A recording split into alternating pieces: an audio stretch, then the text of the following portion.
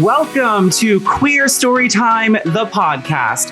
This is a brave space for sharing queer and trans stories of radical affirmation, acceptance, empowerment, and healing. I'm your host, Stevie Ingram. I so look forward to you joining us.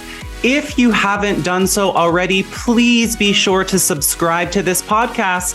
Alrighty, y'all, queer in 3, 2, 1. Let's go.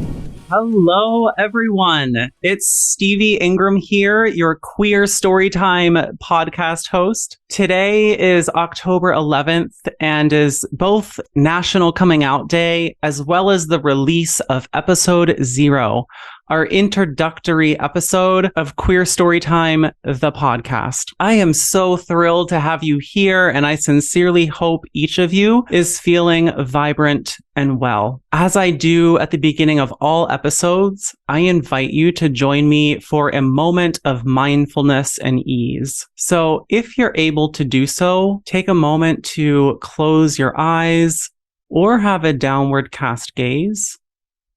And we'll take a couple mindful breaths together. Once the eyes are closed, gently begin bringing your awareness to breath, noticing where you feel the breath in the body, breathing in through the nose or in through the mouth. And then breathing out through the nose or out through the mouth. As you breathe deeply, feel the body and mind relax. Taking one more deep inhalation and slow, deep exhalation.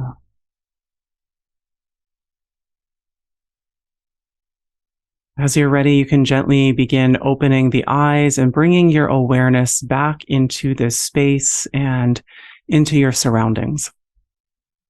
Welcome back, y'all.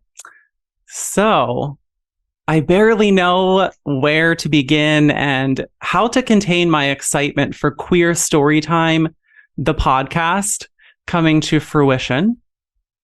As many of you know, I started Queer Storytime back in March of 2021, of which was originally broadcasted via Instagram Live, and I completed 50 plus episodes over the time period that I hosted these lives.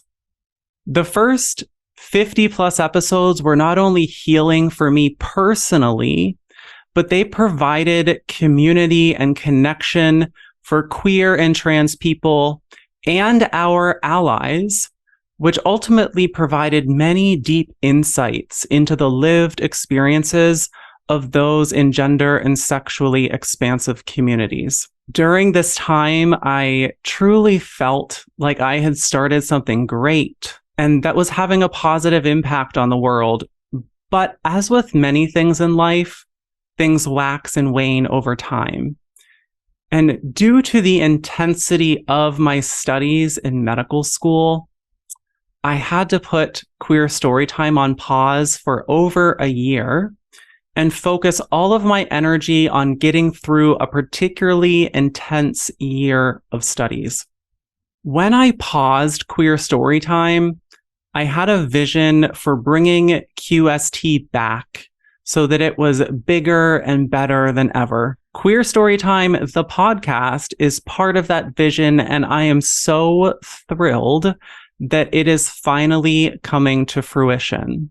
Before I tell you more about my intentions for Queer Storytime and the importance of this podcast, I'd like to share with you a little bit more about me as your host, and also share a little bit about my life journey, which will help provide some context for why I think a podcast like this is necessary, especially at a time like this in our public discourse. So before I go further, I do want to provide a bit of a sensitivity warning, as I will be discussing some sensitive topics, including my experiences growing up as a Christian pastor's kid and the trauma and shame that inevitably resulted due to growing up in the Christian church. I'll also be outlining the recent rise in anti-queer and trans legislation that has arisen within the United States and globally. Quite frankly, I debated back and forth in my own mind for weeks on end, if not months, as to whether I should share about these experiences in this introductory episode of QST, because ideally I want this initial episode to feel lighthearted, fun, and exciting, but also given the healing work that I do professionally and given my own healing journey, I think it's necessary to lead this podcast with authenticity, truthfulness, and vulnerability, and with the realization that all of us as human beings can benefit from learning how to hold space for others and the pain they've experienced throughout their lives, which is something that isn't necessarily taught to us growing up.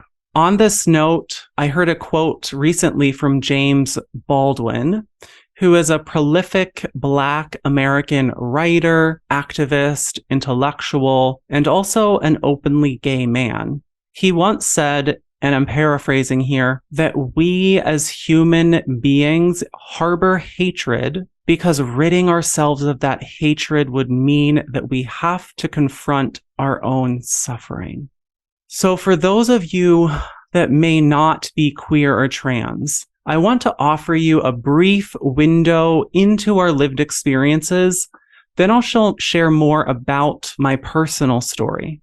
The reality of the queer and trans experience for a big portion of our community is that many of us do not grow up being able to share or live our authentic truth in an embodied way. For our own safety, many of us have to consciously live in a way that contrasts our deep felt sense and inner knowing of who we are. This relegates us having to live this fake reality all so that we can avoid experiencing further prejudice, humiliation, bullying, and dehumanization. As we age and grow, many of us as adults are left to put the puzzle pieces back together so that we can move beyond all the adaptations and behaviors that allowed us to survive all of these harms against us. This piecing back together that takes place for many of us is a physical, mental, emotional, and spiritual returning to home. It is a returning to our true, authentic, and embodied nature that we knew was there all along. The truth is, this is both my truth and the truth for many of us.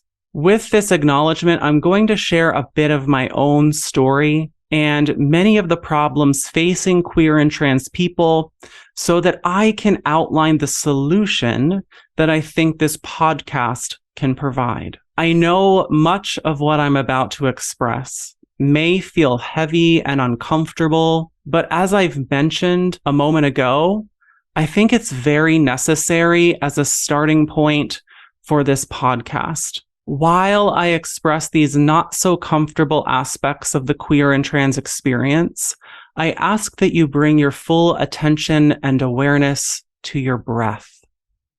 Awareness of breath is an extraordinarily beneficial practice when sitting with uncomfortable feelings. So I encourage you to keep this mindful breathing going as much as possible. But I do promise that there is a light at the end of the tunnel, which is my entire intention of offering this podcast. With this said, let me share a little bit about my story. Are you still aware of your breath? For those of you that don't know me yet, my name is Stevie Ingram, and I'm a queer and trans femme. My pronouns are they, them, or she, her. One of the major things you need to know about me, as I've already mentioned, is that I grew up as a Christian pastor's kid. And I know as many of you hear this, some of you with religious upbringing may already be tensing up as I express this. And for good reason. I invite you back to your breath. This said, I'm going to briefly share some of the highlights of my story, as I think my upbringing as a pastor's kid provides some necessary context for creating this podcast. My story begins with the acknowledgement that much of my childhood and young adult years centered the Christian church because of my dad's role as senior pastor within all the communities that we have lived. In my dad's position, he pastored various United Methodist churches throughout my lifetime and is still actively doing so to this day. For those of you that may also be pastors' kids, you know this experience. It's almost as if your family has minor celebrity status because everyone knows your family and your parent has a seemingly important role as a spiritual leader in the community. Needless to say, as many are well aware, growing up in the Christian church and having many expectations placed on me, not only as a Christian, but as a pastor's kid, in addition to being one who was visibly queer and feminine for someone assigned male at birth. This made for some very unpleasant and uncomfortable experiences growing up. Let's take a deep breath together.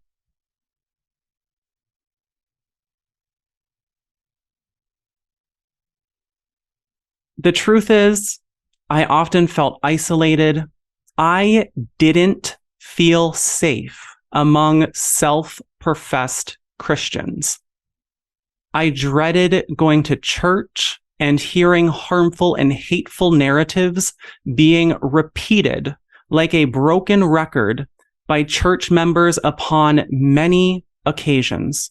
To be frank, I experienced unrelenting bullying at both church and at school.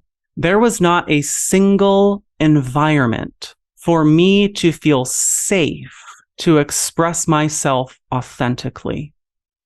That is a huge burden for a child and teenager to carry, as anyone within this age range is simply trying to learn and discover who they are. This is an awkward time for any of us, regardless of whether you're queer or trans. So imagine having to carry around all these extra concerns about gender and sexuality. There were many points during my formative years where I started to believe the narratives of eternal damnation for living a homosexual lifestyle. And I realize now that these narratives were forced onto me. Hearing narratives like love the sinner, hate the sin, which is a completely harmful narrative to be promoting, as you cannot truly love someone unconditionally if you hate an inherent aspect of who they are in the depths of their being. That said, there were many years that I tried to actively pray away the feelings that I was having of same-sex attraction. In recent years, I have begun to acknowledge that experience as a form of self-conversion therapy, which occurred due to beliefs and messages that were indoctrinated into me from a very early age growing up in the church. Interestingly, these messages came from the church members and not my father, who was the pastor of all the churches I've attended in my life. For the podcast listeners, that may be astonished by this experience, I promise you that this experience is unfortunately shared by many queer and trans people, no matter their religious upbringing or other factors. As I've gone down a path of healing from my childhood and young adult years, I recognize that these experiences are repeated traumas that have accumulated over the years, which more recently has been described by modern medicine and psychology as complex post-traumatic stress disorder. I also recognize that this is not an isolated experience, given that these experiences are commonplace and widespread within the queer and trans community. And to make a long story short, I didn't begin to recognize the impact that all of this had on me until my junior year of college, when I started experiencing severe and unrelenting panic attacks. I didn't realize it at the time, but that's what I was experiencing. After having a panic attack or two, I realized I can't live like this and need to find something to counteract all of this anxiety. Intuitively, I chose yoga, of which I knew very little about at the time. I just felt this very strong calling towards it, then became enveloped in Eastern philosophy and spirituality, including Buddhism. At that time, there was a book that was very formative for me in my own healing, which was a book by Zen master Thich Nhat Hanh called Living Buddha, Living Christ, which provided a great bridge between my Christian upbringing and my proclivities for Eastern spirituality. This time period in college was a huge catalyst for me to get to where I am today. In the years since my first panic attack, I've gone deep into studying yoga, Buddhism, and also the sister science of yoga called Ayurveda. Given these experiences, I had a strong desire within me to learn as many healing practices as I could, which ultimately are practices of reconnection, connecting many of us to what I described earlier as our true nature or a true self. Given this insatiable desire, I completed a master's degree in yoga therapy in 2015 and training as an Ayurvedic health and wellness counselor in 2022. I also completed a dedicated Buddhist training in 2021 with senseis Koyo Kabose and Gyome Kabose. Lastly, I am well on my way to becoming a naturopathic physician upon graduation in June of 2025. Life truly does get better, doesn't it? Over these last 15 years, my sole mission has been to create a world where queer and trans people can live beyond the shadow of their trauma, living authentically just as they are. And guess what? Thrive. This is what all of us deserve. As Reverend Gyome, one of my Buddhist teachers, states, to become yourself is true salvation. When you really become yourself, there is fulfillment, realization, and satisfaction. My hope is that all of you experience and embody this truth. Whether you're queer/trans or an ally, or someone seeking to better understand our lived experiences. Having shared all of this, I am now 35 years old, living in ways that little Stevie never could have foreseen. Currently, I'm using all of my various roles and knowledge to bridge gaps in healthcare, to make healthcare an environment that is affirming and as safe as possible for queer and trans people. In addition to my clinical roles and teaching, I am an active consultant and educator for parents, clinicians, and healthcare training institutions seeking greater knowledge, understanding, and awareness of caring for gender and sexually expansive communities. To learn more about my work, you can read and share my articles written on these topics, which have been published in the magazine Yoga Therapy Today.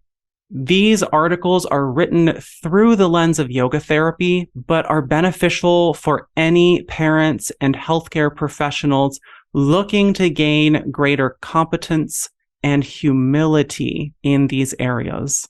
All of these articles will be linked in the description of this episode. So, now that you know a little bit more about my queer story, I'll talk a little bit more about my intentions for continuing Queer Story Time.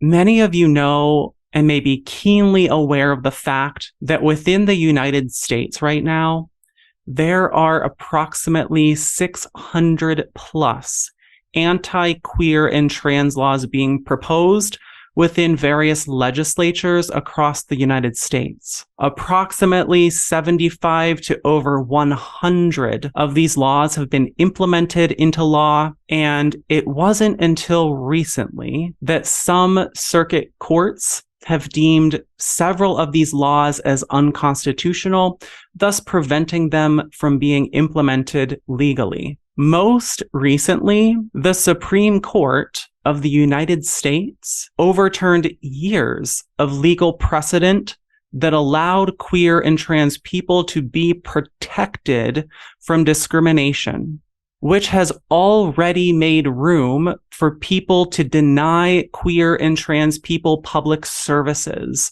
such as getting haircuts, designing wedding websites, eating in restaurants, officiating weddings, and many other areas where queer and trans people were guaranteed legal protection from such discrimination previously. This all comes at a time when queer and trans people are experiencing unprecedented harassment and bullying using some of the same narratives that I heard growing up in the church and school. Misinformation abounds regarding gender and sexuality globally and is at an all-time high due to false, inadequate, and anti-scientific beliefs about queer and trans people, which is often perpetuated by those in conservative religious communities, not just Christianity.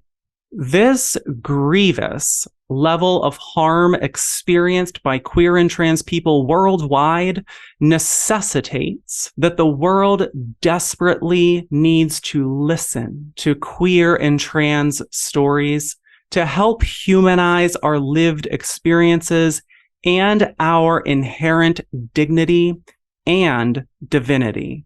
As human beings, it is often sharing of stories that changes and opens human hearts and minds. Even if not immediately, these stories often implant seeds that blossom at a later time that serve to shift perspectives within those that are open to listen. I often think about the fact that marriage equality was not available to same-sex couples prior to 2015 here within the United States, and how there was this massive campaign to share stories of same-sex couples which normalized our relationships. Sharing these stories led to a fundamental shift in the minds and hearts of many Americans, which made it possible for the Supreme Court to rule in favor of granting marriage rights to same-sex couples. As an aside, I simultaneously acknowledge that these rights are yet to be granted to many queer and trans people globally. We also have yet to grant these rights to those that are ethically non-monogamous or polyamorous.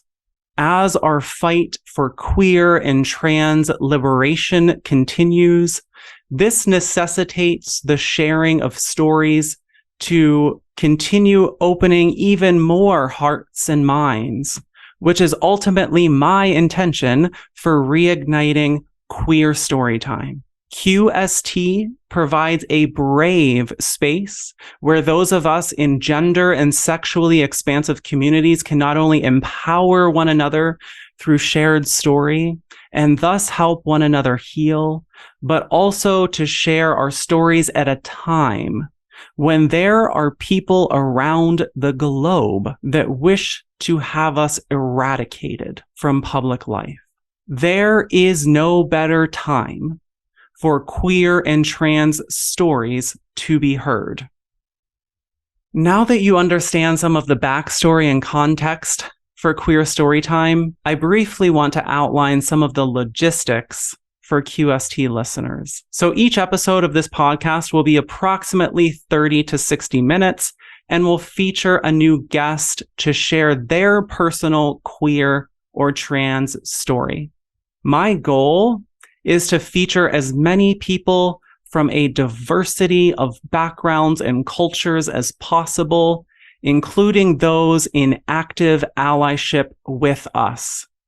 I do want to be very clear that queer storytime does not wish to indoctrinate or influence anyone. We simply wish to educate, elevate, and empower all of our listeners.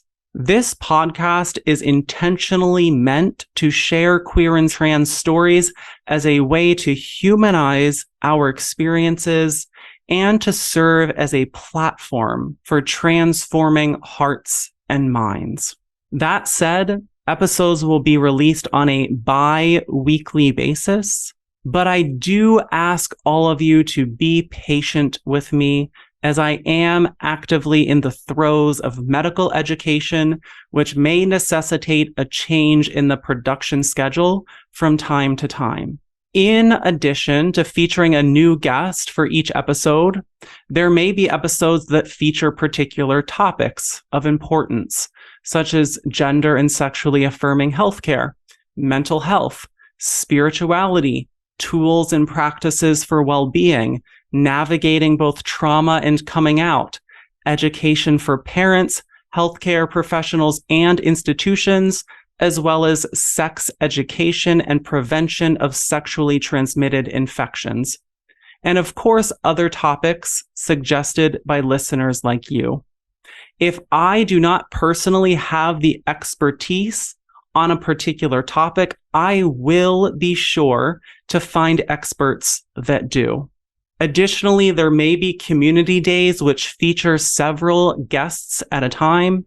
Many people enjoyed these community days back when we did them on Instagram Live, so I would love to continue to do that here as well. In the near future, once this podcast is in a good flow, I may offer a membership-only Patreon, which may include access to the full audio library of recorded episodes, early access before an episode is released to the public, and access to community events, workshops, bonus interviews, behind the scenes, and more.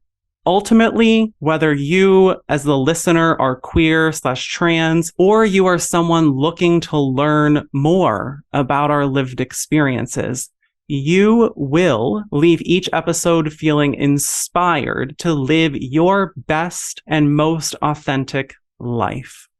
Always remember, there is profound community, connection, and healing created through shared stories. So please join us as we embark on this new journey together. Welcome to Queer Storytime, the podcast. Be sure to stay tuned for episode 1 coming up near the end of October, and be sure to leave a review on the podcast platform of your choice to help us reach a wider audience. I am so grateful to have you here in community with me and all of our future guests here on Queer Storytime. Remember, stay fabulous and live authentically just as you are. Peace out, y'all. Hey friends, I'm so delighted that you've made it this far. I sincerely hope that this episode has opened your heart and provided you with valuable insights into the lived experiences of those in gender and sexually expansive communities. There are several ways in which you can support this podcast. Make sure that you're subscribed if you haven't already done so, and be sure to share it with friends and family. Queer Storytime is a professionally produced podcast, which costs about $80 per episode. If you feel called to do so, I kindly ask that you support future episodes of this podcast by making a one-time or ongoing contribution that is sustainable to you. Links to contact me or to contribute to this podcast are found within the description of this episode. From the bottom of my queer heart to yours, I'm sincerely grateful for you tuning in to Queer Storytime, the podcast. Hugs and love, y'all. Until next time.